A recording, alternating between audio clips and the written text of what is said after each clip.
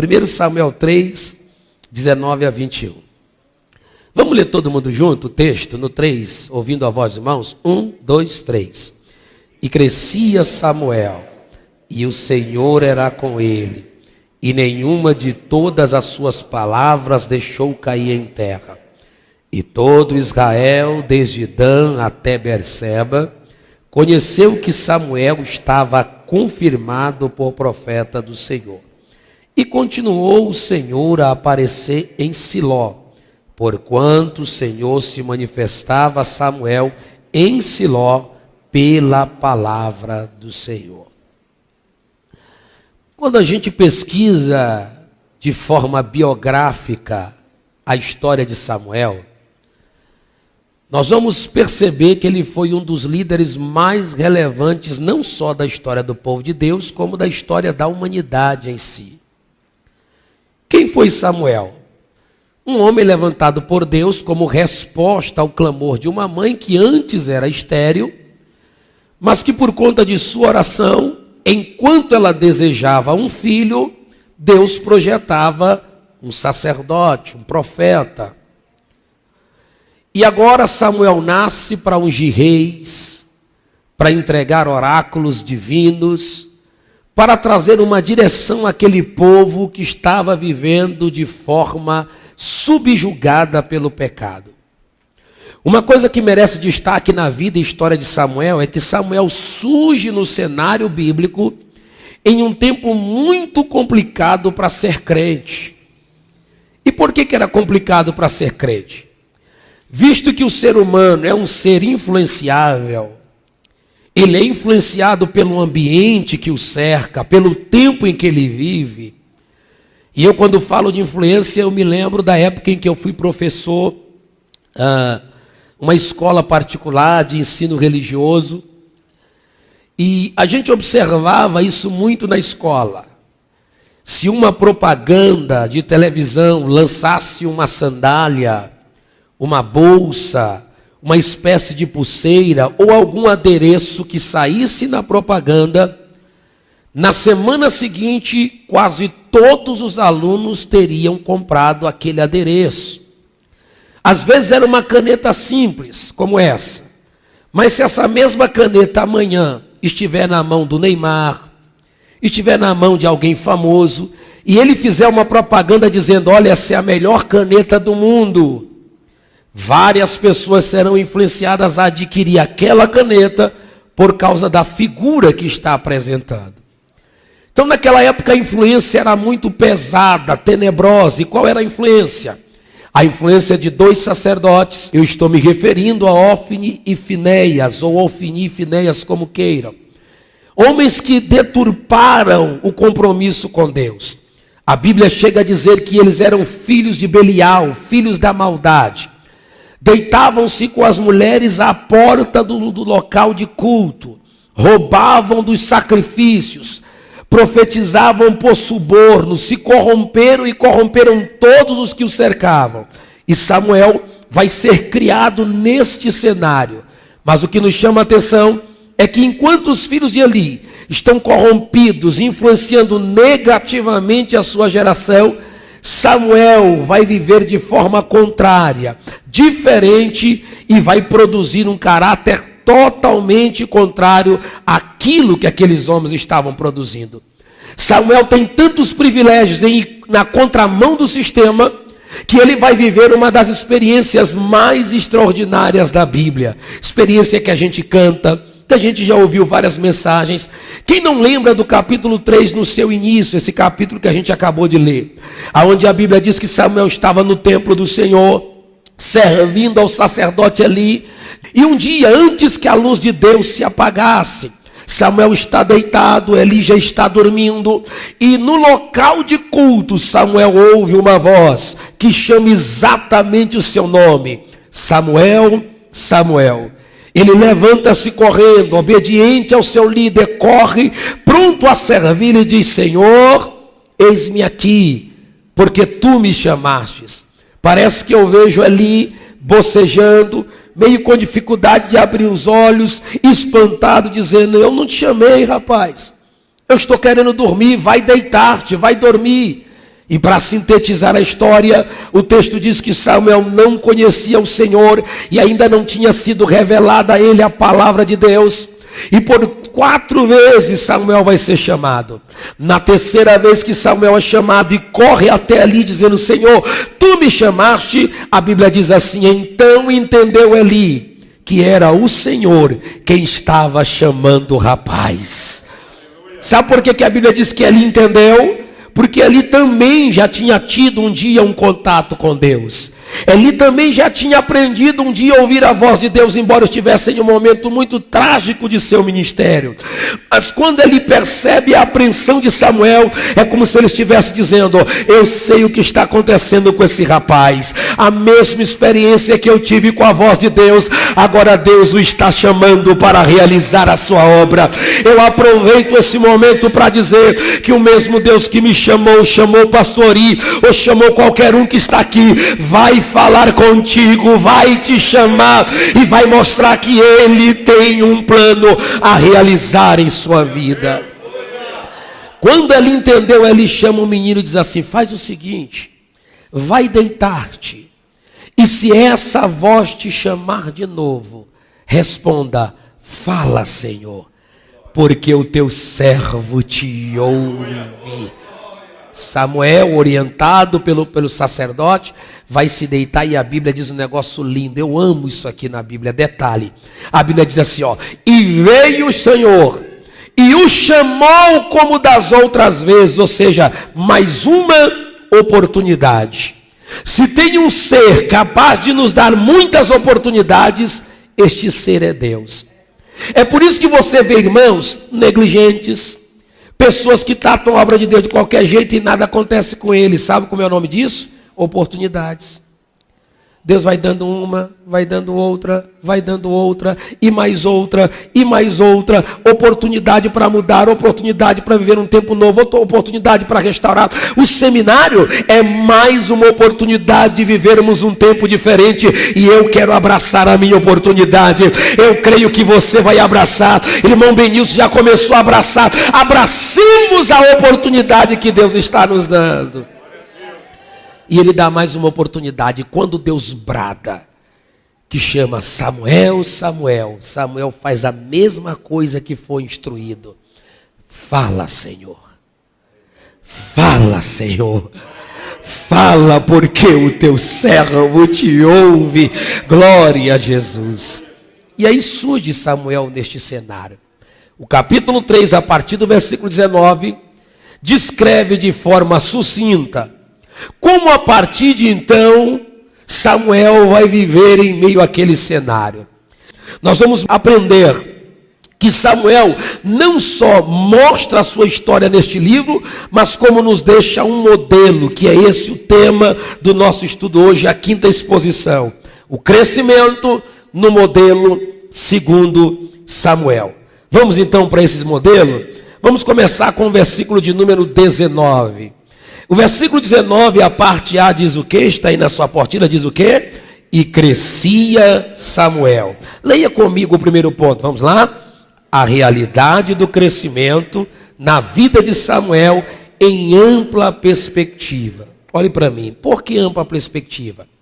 Porque você pode olhar a palavra crescimento aqui e ficar pensando assim, ó: ô pastor Max, esse crescimento aí é o crescimento físico. É o desenvolvimento de sua vida. Mas lembre-se, a Bíblia é um livro de aplicações.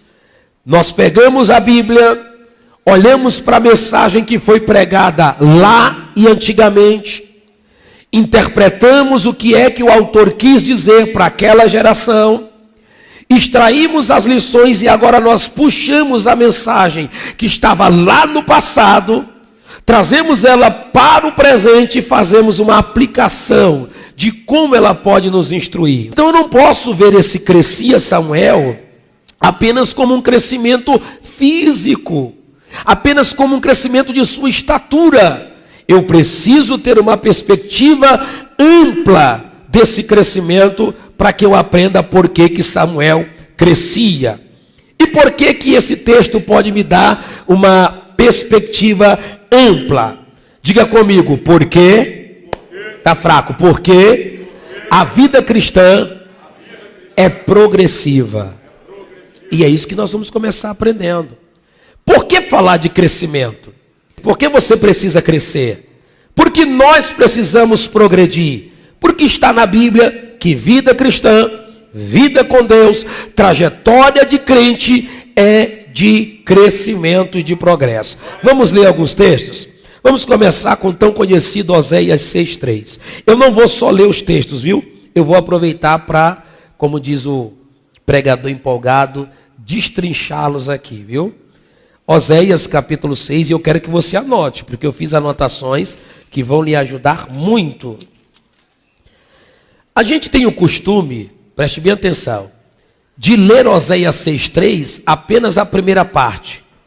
Se a gente fosse citar Oséias 6,3, sabe até onde a gente ia citar? A gente ia dizer assim, ó, conheçamos e prossigamos em conhecer ao... Aí a gente para por aí. A maioria dos pregadores, a maioria das pessoas que citam esse texto, não consegue conectar ele ao restante do versículo, que, diga-se de passagem, é a chave do porquê conhecer e prosseguir em conhecer ao Senhor. Você está com Oséias 6,3? Se tiver uma caneta, preste atenção nas anotações que eu vou lhe mostrar aí, ó. Primeiro o texto vai dizer o seguinte: então conheçamos. O que é conhecer aqui? Conhecer é averiguar, é ter conhecimento, é absorver um entendimento sobre determinado assunto. Então a gente não pode conhecer Deus na sua totalidade, mas podemos conhecê-lo até onde ele se permite revelar a nós. Mas o mais importante aí não está no fato de conhecer, está no fato de prosseguir.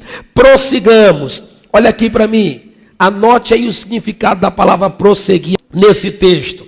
Prosseguir significa estar atrás, perseguir, correr atrás com muita força, seguir no encalço, buscar ardentemente. Ou seja, a ideia do texto aqui é uma perseguição.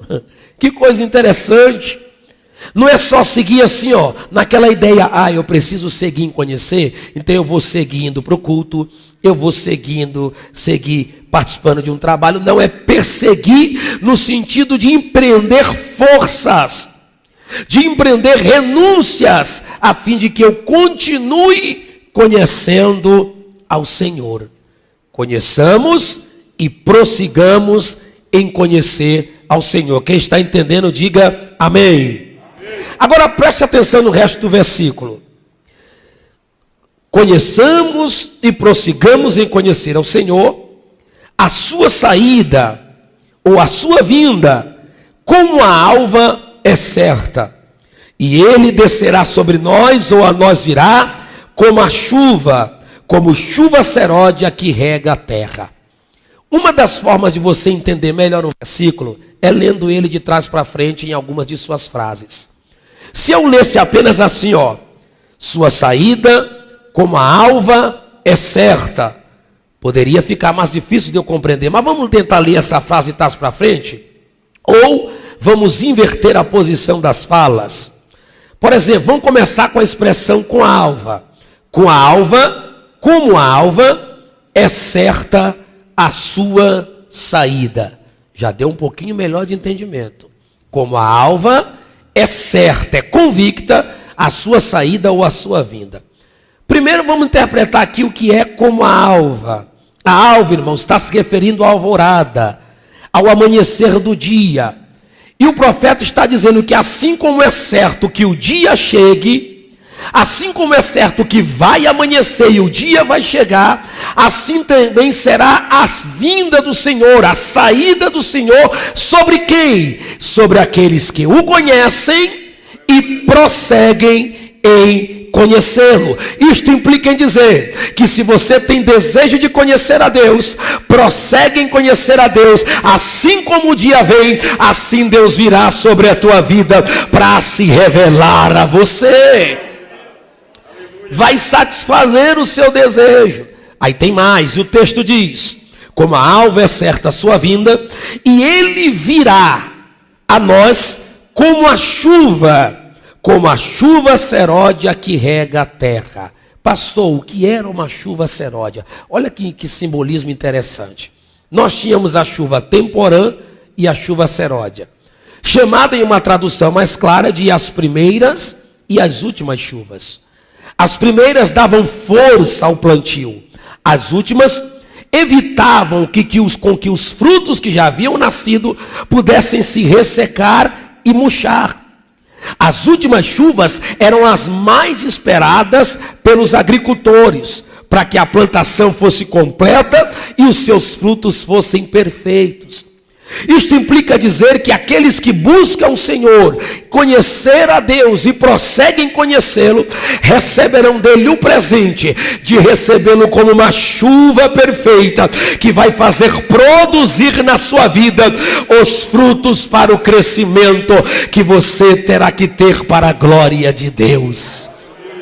Ou seja, virá como chuva para fazer com que esse crescimento seja proveitoso, seja produtivo, seja um crescimento que vai trazer eficácia. E eu pergunto, quantos querem que a chuva de Deus venha sobre a sua vida? Primeiro texto que prova que nós precisamos crescer e prosseguir. Abra sua Bíblia agora em Provérbios 4:18. Provérbios, depois dos Salmos, capítulo 4, versículo 18. Se você estiver do lado de alguém com dificuldade, ajude-o, tá bom? Provérbios 4:18, para o livro de Provérbios é um constante contraste entre o justo e o ímpio, entre o homem justo e o pecador, que não gosta da justiça. E olha o que diz Provérbios 4:18. Vamos ler juntos, se você encontrou? 1, 2, 3. Mas a vereda dos justos é como a luz da aurora, que vai brilhando mais e mais, até ser dia perfeito. Preste atenção. Começo interpretando luz da aurora. Eu até falei disso na última ministração. O que é a luz da aurora? Se você vier amanhã para a oração das 5, é capaz de você se deparar com esta cena. É capaz. Quantas vezes eu vim aqui para a oração, e aí o dia demorou um pouquinho mais clarear, e quando a gente pega ali a Santos Dumont, a gente percebe que ainda está escuro, mas lá no fim, se a gente olhar para o além, no final, a gente vê um pequeno feixe de luz, um clarão, que está se iniciando. E esse clarão ele vai subindo, tomando conta, até que toda a escuridão é dissipada e o dia se torna perfeito. O texto está dizendo que o nosso caminho, a nossa vereda, a nossa trajetória é semelhante a isso. Começa com um pequeno clarão de luz, e essa luz, sabe quem nos deu? Foi o Messias, o Cristo vivo.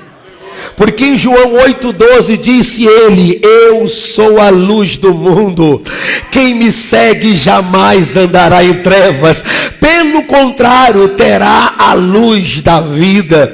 Em Mateus capítulo de número 4, salvo engano do erro, referindo-se a uma profecia do livro de Isaías, o texto diz: o povo que andava em trevas viu uma luz, e aqueles que habitavam na região da sombra da morte, a luz raiou. A luz dele está sobre nós, e o dia vai se tornar perfeito. A vereda do justo é como a luz da aurora, que vai brilhando mais e mais, até se tornar um dia perfeito. Perfeição aqui traz a ideia de completude. É por isso que o crente tem que entender. É difícil cair na cabeça de muitos crentes, mas você ainda não chegou à perfeição. O seu dia ainda não está completo, mas continue brilhando, honrando a Deus, até que você chegue à estatura de varão perfeito, à imagem daquele que te chamou para a sua glória. Vamos para mais um texto, Filipenses 2:12. Deixa eu falar algo aqui que o Espírito Santo colocou no meu coração. Você sabia, escute bem isso aqui, dá uma pausa, escute bem isso aqui. Você sabia que o que Deus tem para você, que o que Deus já fez da sua vida, ainda não é nem a metade do que Ele tem para a sua vida? Você corre o risco de estar apenas no começo do que Deus tem para você. Quantas vezes lá no Maranhão, no Anjo da Guarda, eu ouvi essa palavra? Eu já estava vivendo dias maravilhosos, tendo oportunidade para pregar, tendo convites, e vinha um profeta e dizia assim: meu filho, é só o começo. E a gente não entendia. Mas só o começo? Já está tão bom esse começo, por que é só o começo? E onde nós estamos aqui hoje, glória a Deus, pregando para vocês, porque lá era de fato o começo. Então o que Deus está fazendo na sua vida, recebe, é só o começo. Tem coisa maior, cresça, tem coisa mais tremenda, cresça, não pare agora porque tem coisas mais gloriosas, tem coisa melhor, cresça, porque Deus ainda tem coisas grandes para você. Filipenses 2:12, Paulo ensinando a igreja em Filipos, ele vai dizer o seguinte, o texto diz, Filipenses 2:12, de sorte que, meus amados, assim como sempre obedeceste não só na minha presença, mas muito mais agora na minha ausência, assim também operai. Alguém tem uma tradução que diz desenvolvei? Você tem a tradução que diz desenvolvei? Alguém tem? Pois em outras traduções, ao invés da palavra operai, diz desenvolvei a vossa salvação com temor e tremor. Olhe para mim. Você sabe qual é o maior presente que você recebeu na igreja? O falar em línguas é bom. O pular no culto aqui, causar também é bom. Cantar com alegria é bom. Mas sabe qual foi o seu maior presente? Ter o nome escrito no livro da vida. Bater no peito e dizer, eu sou salvo, eu sou salvo, eu sou salvo, Jesus me salvou. Mas como é que Paulo está dizendo que eu tenho que desenvolver a minha salvação? Como se fizesse parte do meu esforço. É por isso que não dá para adotar um calvinismo que diz que Deus já escolheu quem vai para o céu e quem vai para o inferno. Porque esse texto está dizendo agora que você é salvo, desenvolva, opere a sua salvação, trabalhe nela, cultive, zele, preserve a sua salvação com temor e com tremor. Você sabia que a palavra tremor aqui é literalmente tremer de medo? É tanto temer com respeito a Deus, como tremer de medo do que Ele pode fazer com aqueles que negligenciam a sua salvação. Irmãos, o Salmo 9:17 traz uma declaração, preguei muito isso em culto de rua. Para você que gosta de pregar em culto de rua, Salmo 9:17. Os ímpios serão lançados no inferno, e todas as pessoas que se esquecerem de Deus. Deus não brinca com o preço alto que foi pago lá na cruz. Jesus não morreu para fazer espetáculo, para alguém brincar com o seu nome e a sua salvação. A salvação é tão cara, tão preciosa, custou preço de sangue, que a gente vai desenvolver a nossa salvação com temor e com tremor. É por isso que você tem desejo de vir ao culto. É por isso que você não fica negligenciando a sua vida com Deus. É por isso que você se esforça para orar, porque você zela pela sua salvação.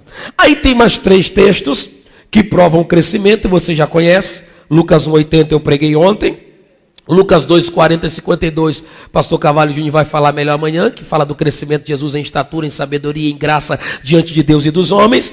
E o texto que fecha a conta, falando da prova que nós precisamos crescer, que é a segunda carta de Pedro, capítulo 3:18, antes crescei na graça e no conhecimento de nosso Senhor e Salvador. Amém? Vamos para o segundo ponto, versículo 19. Na parte A diz, e crescia Samuel. A parte B diz, e o Senhor era com ele. Samuel nos apresenta em seu modelo de crescimento o quê? O indispensável auxílio divino. Olha o que eu escrevi aí, ó.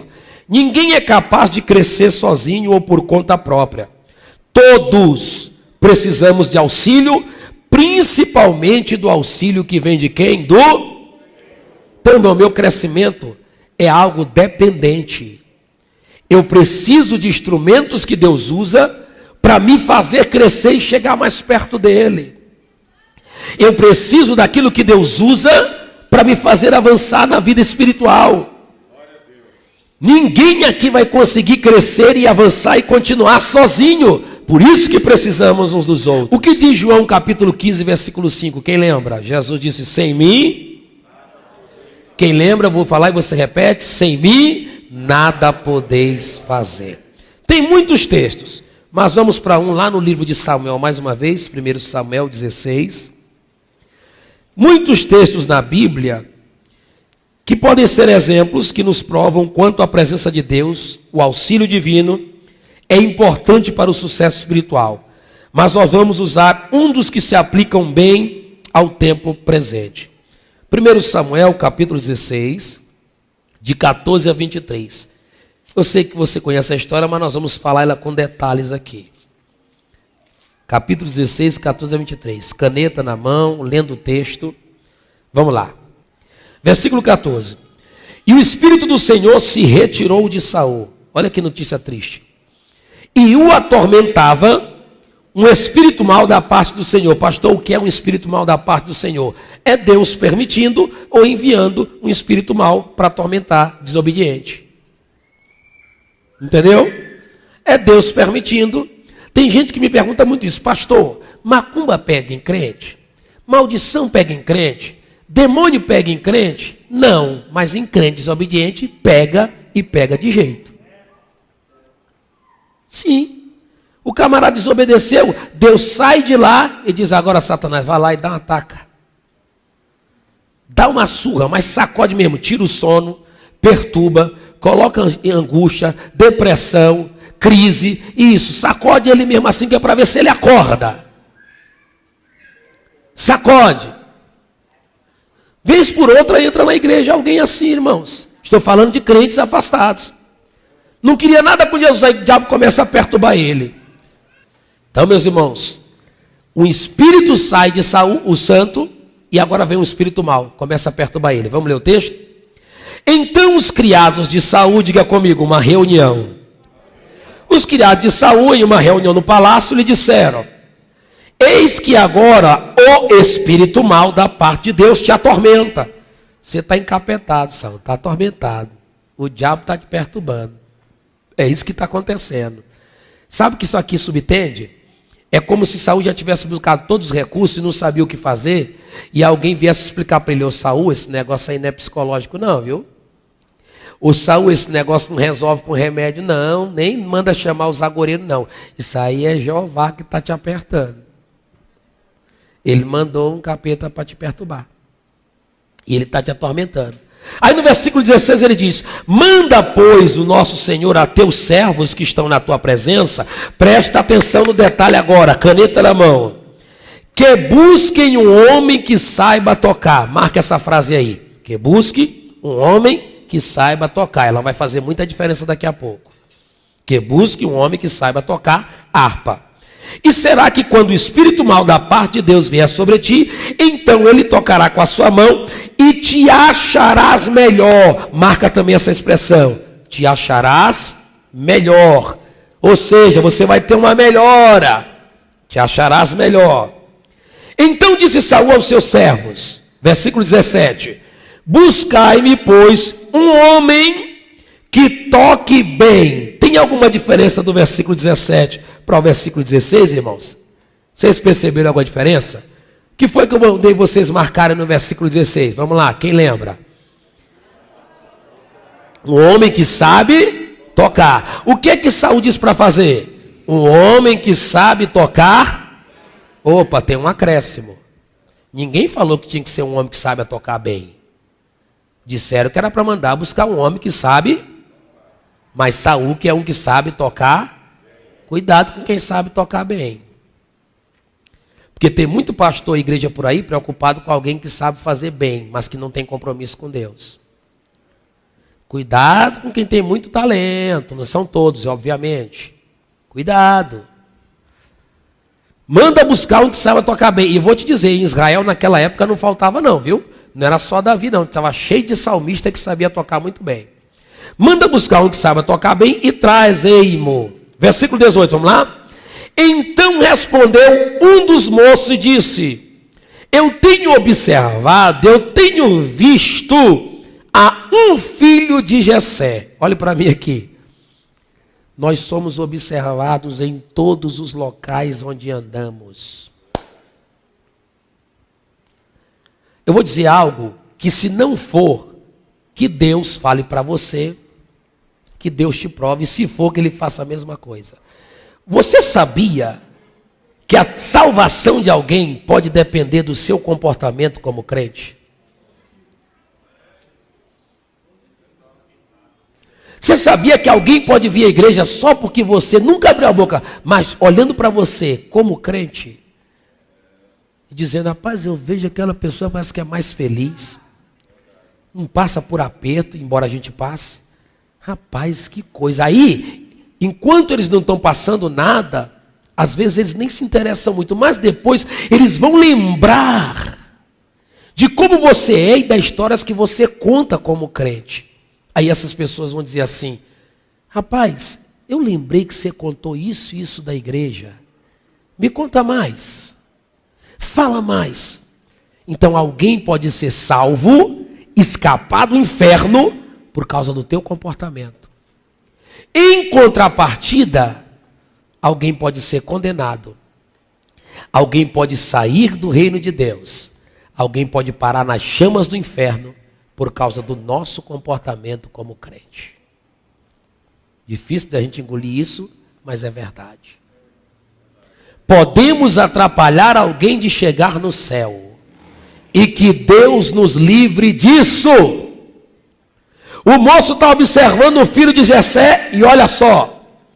Jessé o belemita, que sabe fazer o quê, irmãos? Que sabe? Mas por que ele não falou que sabe tocar bem? Saul não estava querendo que sabe tocar bem? Sabe o que Jó está dizendo aqui? Ó, se ele sabe tocar bem, eu não sei.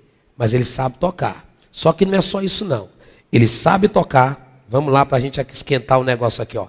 É valente, é vigoroso, é homem de guerra, sisudo em palavras, de aparência gentil. E o último, o que está escrito aí?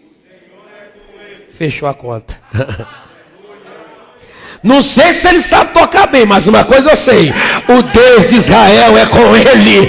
O Deus vivo é com ele. Então, meu irmão, se você não canta bem, se você não prega bem, vai lá, se aperfeiçoe. O mais importante não é o linguajar apurado, é a presença daquele que te auxilia para que a obra seja realizada.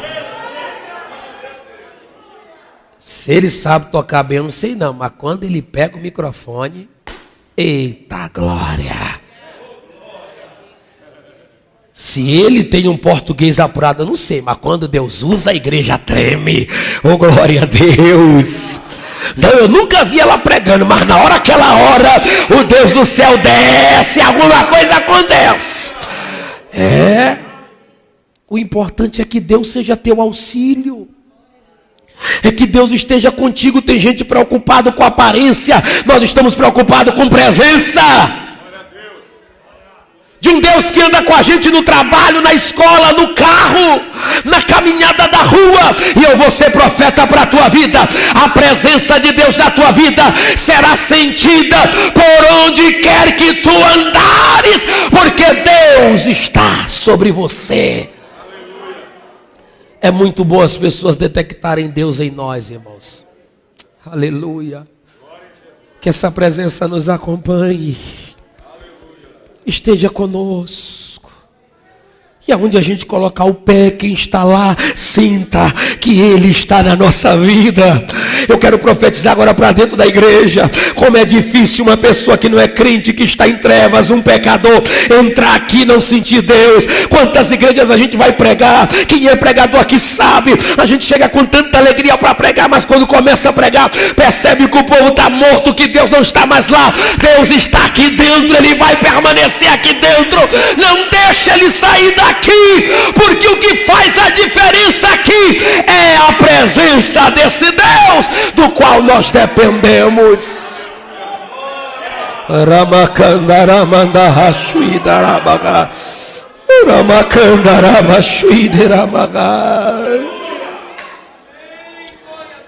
Não adianta ter um grande currículo se não tiver o carimbo da presença de Deus.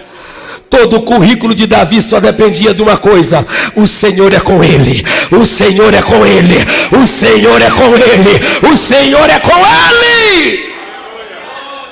Quando Saul ouviu isso, Saul disse: pô, manda buscar depressa. Pô, manda buscar depressa. Deixa eu falar de uma coisa aqui do meio de pregadores, tá? Gente, hoje, o critério para se escolher um pregador para a festa, sabe qual é? Pode-se usar esse critério, mas com cautela. Sabe qual é? O número de seguidores no Instagram. Se é famoso ou não. E pasmem, não se escandalizem. Se alguém me ligar e eu disser assim, ó irmãos, estou falando de eventos grandes. Se alguém me ligar e eu disser assim, ó, se ele perguntar, pastor, quanto é a sua oferta? E eu disser assim, ó, não, você vê aí o que faz. Ele desliga o telefone na hora. Sabe por quê? Porque para eles o pregador bom é que diz assim, ó, 3.000 por noite. Ah não, tem pastor que diz isso, não se escandalize. E aí, tem um pregador ali, tá aí, quanto ele pede? Ah, ele não pede nada não, esse não presta. Pregador bom é aqueles que cobram mesmo. Eles dizem isso. E hoje o critério, às vezes alguém me indica para pregar, aí a pessoa que me indicou diz assim, pastor, você não tem um vídeo aí? Ah, tem que ter um vídeo. Então quer dizer que se o cara for adúltero, pilantra, drogado, ladrão, é só ele gravar um vídeo e mandar que ele prega? Não é vídeo, meu irmão, é presença. Não é momento, é permanência. Não é só um culto, é todos os dias. É graça na segunda, é graça na terça, é graça na quarta. É presença quando acorda, é presença quando deita, é presença na igreja e fora dela. É isso que é o critério real. O vídeo ajuda? Ajuda. Foi um momento ali, ó. Mas não se engane com o vídeo, não. Eu dou graças ao meu Deus escondido no sangue de Cristo, que não trouxe para os irmãos ouvirem aqui ninguém que eu não saiba que não tenho compromisso com Deus. Pode ter defeitos, tem, porque todo homem tem, mas são homens de Deus que têm compromisso com a palavra da verdade e que vêm para instruir a igreja. Eu passei 17 anos na itinerância, estou falando da itinerância ativa, pregando em vários estados do Brasil, em vários lugares, só no Maranhão, foram 125 cidades. Graças ao meu bom Deus, eu nunca recebi um testemunho que passei por uma igreja e deixei prejuízo para pastor. Tem gente que deixa prejuízo para pastor, fala besteira, inventa profecia mentirosa, ou quando se não, ludibria os irmãos da igreja. Eu quero dar um alerta aqui para você, viu? Um alerta, tá? É claro que esse tipo de gente não vai chegar aqui, mas quem sabe você foi num culto, olhou um pregador que você gostou demais. Não troque contato ou não passe seu contato para pregador nenhum que pedir seu contato. Não convém falar aqui os escândalos que acontecem, mas se eu lhe falasse, ele escandalizava. Camarada vai lá, vamos tirar uma foto com o pregador tal, com o cantor tal. Tirou a foto, aí ele diz assim, anota meu número e manda para minha foto. Cuidado com isso. A menos que você conheça, porque depois teu sofrimento e perturbação vai ser grande. Você pode cair numa cilada. Tem muita gente enganando. Pastor, como é que eu faço para fugir disso? Permanece firme na palavra da verdade. E a hora que o pilantra aparecer na tua frente, Deus vai abrir os teus olhos e vai dizer, esse aí não, porque eu conheço Bíblia, eu conheço Deus, eu conheço a palavra e eu sei quem tem compromisso. Amém, irmãos? Crescimento. Vamos continuar o texto? Manda depressa buscar. E Saul enviou mensageiros e disse, preste atenção, versículo 19. E Saul enviou mensageiros a Jessé, dizendo, envia-me Davi, teu filho, o que está com as ovelhas. Então tomou Jessé um jumento carregado de pão, e um odre de vinho, um cabrito, e enviou a Saul pela mão de Davi. Assim Davi veio a Saul, e esteve perante ele, e o amou muito, e foi seu pajem de armas. Então Saul mandou dizer a Jessé, deixa estar comigo a Davi perante mim, pois achou graça aos meus olhos. Preste muita atenção no versículo 23. E sucedia que, quando o espírito mau da parte de Deus vinha sobre Saul, Davi tomava sua harpa e tocava com a sua mão. Então Saul, preste atenção, quem prega aqui tem uma mensagem linda para você curar a alma de muita gente. Então Saul primeiro fazia o quê? Sentia alívio, depois se achava melhor e por fim o espírito mau saía dele. Diga comigo, 3 estágios. É a pessoa que escolhe. Tem gente que não quer libertação, tem gente que só quer se sentir melhor. Tem gente que só quer um alívio momentâneo. Ah, por que você vê na igreja? É só um alívio momentâneo. Ah, você vê só um alívio. Segundo estágio, se acha melhor. Eu só quero estar bem, eu só quero estar bem. Não quer compromisso com Deus? Não, só quero estar bem. Mas o último estágio é o mais interessante. O espírito foi embora. O último estágio a gente chama de libertação completa. Tem muita gente passando só por alívio. Tem muita gente passando só por bem-estar. Mas quem quer libertação completa pode clamar ao Todo-Poderoso, porque Ele liberta completamente. Pastor, quais seriam os 3 tópicos da minha mensagem? Alívio, melhora ou ausência? É você que escolhe. Você quer só alívio? Você quer só uma melhora? Ou quer que isso vá embora de uma vez por todas? Então está aqui um Deus que pode tirar tudo isso da vida e fazer o melhor por você. Quem me entende, diga amém. Vamos lá, tem aí um texto falando sobre Moisés, que falou que se a presença de Deus não fosse com ele não iria, deixa eu correr. Vamos para o ponto número 3, versículo 19. E nenhuma de suas palavras deixou cair o modelo de crescimento de Samuel lhe permite a confirmação e credibilidade da sua vida e chamada. Quando o Senhor confirma o que falamos e o que fazemos na sua obra, isso gera credibilidade. Deixa eu falar isso aqui com conhecimento de causa. Às vezes, irmãos, para Deus provar, e Ele não precisa provar nada para ninguém, mas para Deus provar que está contigo, que os projetos são dele e que foi Ele que te mandou fazer, Ele precisa dar sinais de que Ele está no negócio. Eu sei que eu não quero mexer nisso aqui com detalhes, não, é apenas reflexivo, né? A gente sabe, irmão, que vários projetos que a gente colocou aqui na igreja, muita gente rechaçou. Para que isso? Para que aquilo? Está inventando e tal. Tá bom. Cada um tem o direito de pensar como quer. Mas para a glória do Deus dessa igreja, todos eles tiveram confirmação e aprovação de Deus. Todos. Todos. Deus vinha e fazia alguma coisa. Pá! Lembra de ontem? Parece que a gente ainda está aqui ontem, né? Aleluia. Que culto, irmão. Fazia tempo que a gente não sentia essa glória. E ela está conosco ainda aqui essa noite. Era Deus dizendo ontem, eu estou no Semibape, eu estou na igreja, eu confirmo a minha palavra, eu confirmo o projeto. Era Deus confirmando o projeto. Vamos lá? 3 pontos aqui. Primeiro, Deus é quem confirma a palavra da boca dos seus servos. Isaías 44, 25, Mateus 16, 20. Segundo, a palavra falada tem que ser dada por Deus. Jonas 3, 1. 1 Coríntios 15, 3, quem lembra? Porque recebi do Senhor o que também vos ensinei. É Deus quem dá. E Ezequiel 3,17. Tem também Jeremias 23, 28. Terceiro ponto. Quando assim falamos, quer seja a curto ou a longo prazo, veremos os resultados. Deus disse para Ezequiel, vão rejeitar a tua palavra. Mas quer ouçam ou quer deixem de ouvir, hão de saber que esteve no meio deles um profeta. Ele disse para Jeremias, Jeremias, viste bem, porque eu velo sobre a minha palavra para cumpri-la.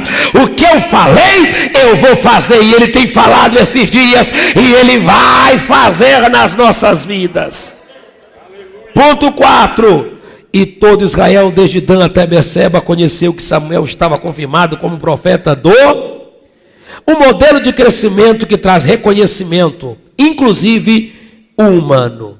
Olha aqui para mim, deixa eu sintetizar isso aqui para a gente terminar num tempo bom.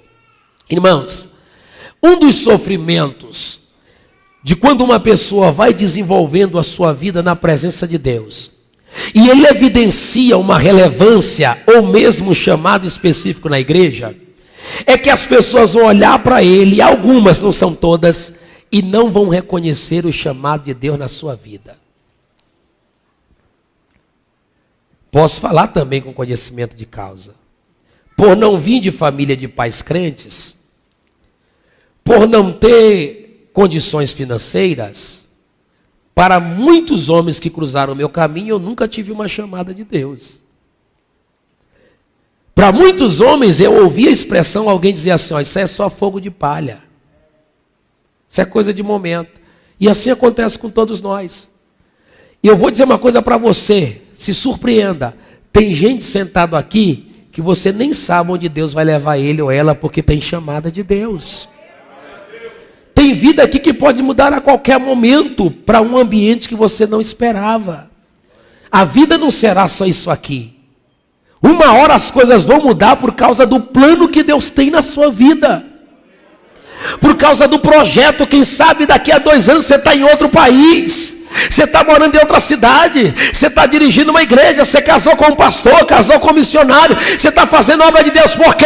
Porque embora você tenha planos, Ele tem um projeto para a tua vida. Eu já disse para os irmãos, não convém aqui estender, eu nunca imaginei que um dia estaria na frente das pessoas pregando, irmão. Nunca. Estou lhe falando sério, nunca passou pela minha cabeça, quando eu entrei na igreja, eu quero ser um pregador, não passou. Eu tocava em banda de música, aquelas fanfarras estaduais que tocavam em escola, tocava em prefeitura, em eventos diversos, até em encontro de bandas e fanfarras que tem lá em Recife, um encontro muito tradicional conhecido, todos os anos a gente ia. Quando eu entrei na igreja eu disse o seguinte: olha, agora eu vou usar o que eu sei fazer para ajudar na igreja. Vou tocar em banda de música. Toquei trompete por mais de 10 anos. Instrumento de sopro, de 3 teclas. Toquei também corneta de 1 tecla. Toquei outros tipos de instrumento. E aí um dia de domingo, eu estava lá pertinho de uma caixa de som amplificada, dando glória a Deus com todo mundo, mas cultuando a Deus. E vem o Jonas, um adolescente que hoje já está pai de família, pastor. E o Jonas, a mãe dele tinha mandado fazer um coletezinho para ele, um terno, inclusive marrom. E ele subiu lá naquele púlpito, irmão, não tinha muita coisa. O Jonas começou a pregar. Ele desse tamanhozinho, começou a pregar. Irmãos, eu não sei quem estava prestando atenção na mensagem, mas enquanto o Jonas estava pregando, meu coração estava queimando. Alguma coisa estava acontecendo em mim. E eu olhando para o Jonas, eu disse: Jesus, eu gostei desse negócio aí. Que negócio é esse? E o Espírito Santo falou na minha mente: a partir de hoje tua vida não será mais a mesma. Daquele dia em diante eu comecei a ler a Bíblia 10 horas da noite e só terminava às 6 horas da manhã. Eu saía da minha casa às 5 horas da manhã, 6 horas, para a consagração da igreja. Orava até às 10h30. De lá saía para o evangelismo. Quando dava meio-dia, chegava em casa rápido, comia alguma coisa que tivesse, descansava por 1 hora, corria para o ciclo de oração, porque no Maranhão o ciclo de oração é todas as tardes de segunda a sexta. Até sábado tinha algumas. Terminava o ciclo de oração, 6 horas da tarde, voltava para casa, tomava um banho, corria para o culto. Se não tivesse na minha igreja, corria para outra igreja, mas ia para o culto e às vezes para os ensaios da mocidade. Voltava para casa depois do culto, fazia um lanche com os jovens e agora vamos evangelizar na rua até meia-noite. Era essa a minha rotina todos os dias. E você acha que eu comecei pregando aqui? Porque tem gente que quer começar pregando aqui. Sabe onde eram meus púlpitos? Na porta de bar, nos pontos de tráfico. Eu me lembro muito bem de uma moça bem branquinha chamada Priscila, junto com 3 jovens. A gente viu que de longe tinha 5 jovens se drogando, mas tinha um mangue, muito lamaçal. O que a gente faz? São almas, vamos atrás deles. E a gente começou a colocar o pé na lama, e eu vendo aquela moça branquinha atravessando o pé na lama. Quando chegou do outro lado, ela começou: Jesus te ama, Jesus tem um plano em tua vida. E o camarada tragando o cigarro, e a gente pregando o evangelho da verdade para ele, porque a sede de ganhar almas estava na alma. E pregava na feira. E quantos cultos eu preparei? Escute isso aqui. Levava a caixa de som, levava as cadeiras, essas cadeiras brancas aí, ó, carregava 20 delas na cabeça, mas também depois que tirava da cabeça, eu procurava a minha cabeça, que eu não sabia onde estava. E arrumava tudo, e depois, pastor, pegava o microfone e pregava. Não. Quem ia pregar era meu dirigente. Eram os obreiros da igreja. E eu ia fazer o quê? Ficar lá olhando, esperando, aprendendo. E quando terminar o culto, eles iam para casa e eu ia carregar tudo e levar para a igreja. E estou crente até hoje, não caiu nem um pedaço meu. Hoje, primeiro não faz nada, mas quer pregar. Não coopera com a igreja, falta, mas quer uma oportunidade no domingão. Irmãos, oportunidade se abre para quem é fiel. Para quem está ali perseverando. Uma hora Jesus te olha no meio da multidão e diz: pode chamar ele. e comecei a pregar na rua. Aí veio um irmão, o irmão João Nunes, um pregador muito empolgado da nossa época, Deus usava. E um dia eu estava num círculo de oração e eu recebi uma oportunidade e dei uma saudação de 2 minutos. Deus colocou no coração do irmão João Nunes e disse: começa a indicar esse rapaz para pregar. Ele terminou o culto e disse assim: me dá aí teu telefone. Na época eu dei o telefone da minha casa, era telefone fixo. E ele começou a espalhar, eu não sabia que ele ia espalhar. E sabe qual foi o resultado? O resultado está aqui hoje. Crescimento, oportunidade. Os homens rejeitaram, mas foi confirmado. Lembra do que disse aqui em Samuel? Todo Israel, desde Dan até Beceba, reconheceu que Samuel era profeta do Senhor. Você para ter uma ideia, irmãos, que eu sofri tanto na caminhada ministerial, mas continuei crescendo, que nem no meu estado eu fui reconhecido como pastor. Os homens queriam o quê? Que eu fosse pastor como os outros. Sabe como era para ser pastor lá? Bajulação. Ficar enganando o presidente com palavras lisonjeiras. Babar, deixa eu usar esse termo aqui, babar o dirigente quando está com o microfone na mão, porque meu pastor, o nosso pastor, esse homem de Deus, só conversa, irmão, para ganhar posição. Eu não preciso já de palavra bajulativa para ganhar para honrar o meu pastor. Eu preciso só ser sincero, verdadeiro. Você já viu eu pregando na sede, como o pastor está? Procura os vídeos. Quero agradecer ao pastor Paulo, muito obrigado, meu pastor, Deus lhe abençoe. Eu vim aqui, vou pregar, não vim lhe bajular. Eu não vim aqui tentar enfeitar para voltar. Seja sincero. Mas lá não, os outros pastores tinha que ser bajulador, amigo. Teve um dia que uma irmã me ligou, eu já estava em São Paulo. E ela disse assim: pastor Max, agora eu sei por que o senhor não foi pastor aqui nessa cidade. Ela me ligou para dizer isso. Eu disse: mas como assim a senhora sabe? Eu sei por que eles não lhe fizeram pastor aqui. Eu digo: por quê, irmã? Porque para ser pastor tem que acontecer o que o pastor disse quando consagrou o membro.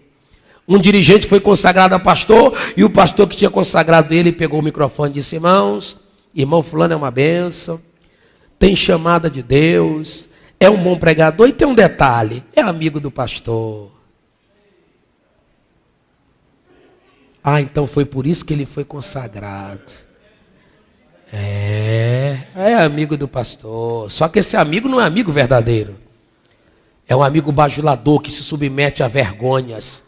O amigo verdadeiro é aquele que não precisa de uma câmera, de um microfone para honrar seu pastor. O que adianta, irmão? Abraça e elogia aqui na casa dos outros falando mal. Você quer honrar? Então continue orando, continue desejando que a obra prospere.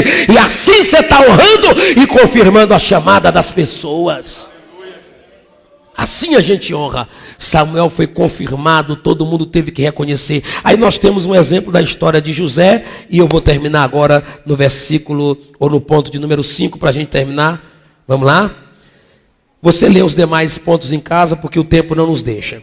E continuou o Senhor a aparecer em Siló, porquanto o Senhor se manifestava por sua palavra a Samuel em Siló. Vamos ler juntos essa parte aí? Samuel adotou em seu crescimento o modelo da constância, da permanência e perseverança em continuar na presença de Deus.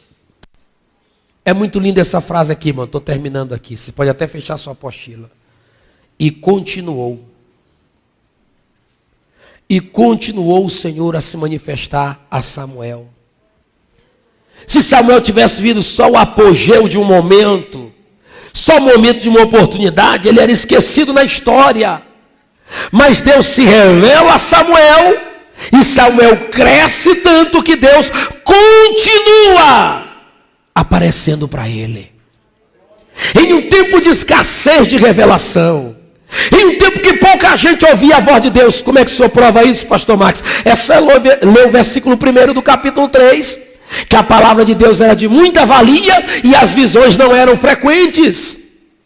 Só que enquanto todo mundo não tinha revelação de Deus, Samuel continuava ouvindo, continuava tendo revelação, continuava ouvindo a voz de Deus. E agora vai profecia para a tua vida. Deus vai continuar te guiando, Deus vai continuar te orientando, Deus vai continuar falando contigo, Deus vai continuar sustentando a tua vida, e Ele vai continuar. Irmão, isso aqui é a melhor profecia que você pode receber essa noite. Deus vai continuar se revelando e falando com você. É Deus quem está dizendo: eu vou continuar na tua vida. Há um texto que se parece muito comigo, eu fiz dele prática da minha vida. Atos capítulo 26, versículo 22, não precisa abrir, é só olhar para cá. Paulo diz assim, mas alcançando o socorro de Deus, permaneço até o dia de hoje, dando testemunho tanto a grandes quanto a pequenos, nada falando senão que Cristo é o Senhor e Salvador. Diga comigo, mas alcançando o socorro de Deus, permaneço até hoje. Quem deseja isso para a sua vida? Glória a Deus. Deixa eu dizer algo que o Espírito Santo acabou de me falar. Quando você entrou na igreja, todo mundo pensou que você ia desistir no primeiro mês. Tua família achou que você não seria crente. Todo mundo achou que você ia desistir. Mas já faz 1 ano, 2 anos, 3 anos, 4 anos, 5 anos, 10 anos, 20 anos. E você está aqui porque até hoje Ele tem sustentado a tua vida. E a boa notícia é: você não vai parar, você não vai desistir, você vai permanecer até chegar no céu. Ninguém vai te tirar da presença dEle. De pé comigo em nome de Jesus. Eu me lembro da minha mãe dizia assim: tu tá crente? Tu na igreja? Faz o seguinte, eu vou esperar 3 meses. Se tu ficar, eu ainda te dou um terno. Está me devendo terno até hoje.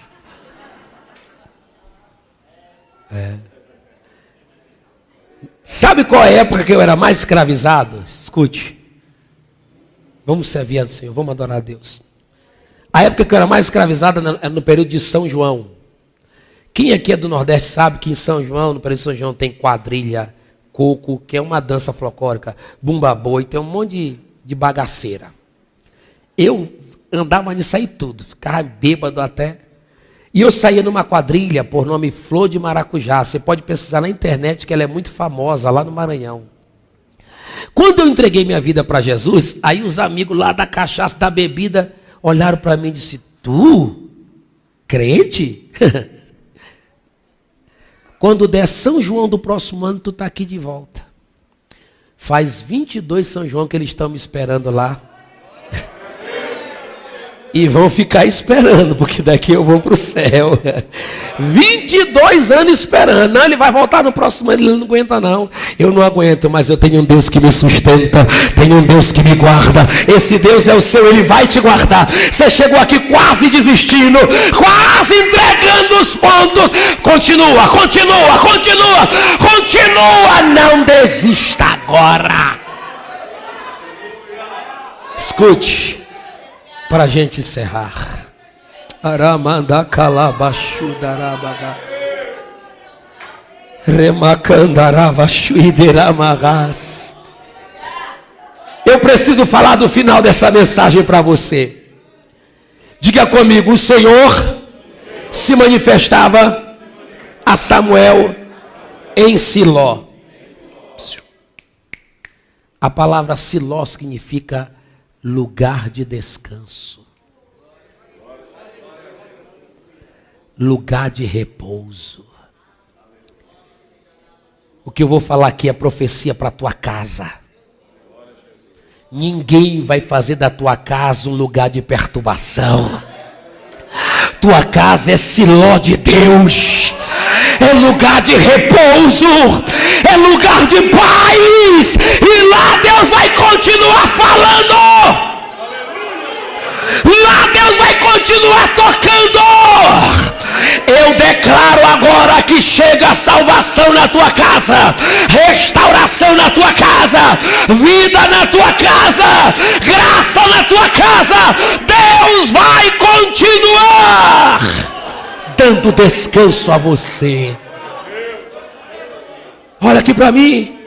Em Gênesis, o capítulo 49, 10, tem uma profecia que diz assim, ó: o cetro não se arredará da mão de Jacó até que venha Siló. E há quem defenda que essa profecia se cumpre naquele que fala em Mateus 11, 28. Vinde a mim, todos vós que estáis cansados e sobrecarregados, e eu vos aliviarei. Tomai sobre vós o meu jugo e achareis descanso, porque o meu jugo é leve, o meu fardo é suave. Ele tem descanso, ele tem descanso, ele tem descanso, ele tem descanso, ele tem descanso, ele tem descanso para a tua alma, enquanto a igreja adora. Eu quero convidar alguém para entregar sua vida a Jesus hoje. Aleluia, eu quero entregar os nossos amigos que estão nos visitando, que foram tragos aqui essa noite. Vocês não vieram aqui, irmão. Jesus fez esse culto por causa de você. Vocês vieram aqui para mudar de vida. Então sai do seu lugar e vem aqui entregar a vida para Jesus, para a gente orar por vocês. Vem, pode vir, minha filha. Vem também, meu querido, vem. Pode vir entregar a vida para Jesus. Pega na mão dela e vem. Aleluia. O nosso irmão Josivaldo, a irmã Dineia, estão aqui chorando. Jesus preparou esse culto para salvar eles, para salvar essas almas. Alguém acompanha o nosso irmão. Deixa eles aqui. Quem pode adorar porque Jesus está salvando? Quem pode adorar porque tem descanso? Quem pode adorar porque vai crescer? Quem pode adorar porque o fogo de ontem está aqui hoje? O fogo de ontem está aqui hoje. Quem perdeu foi quem não veio. Quem veio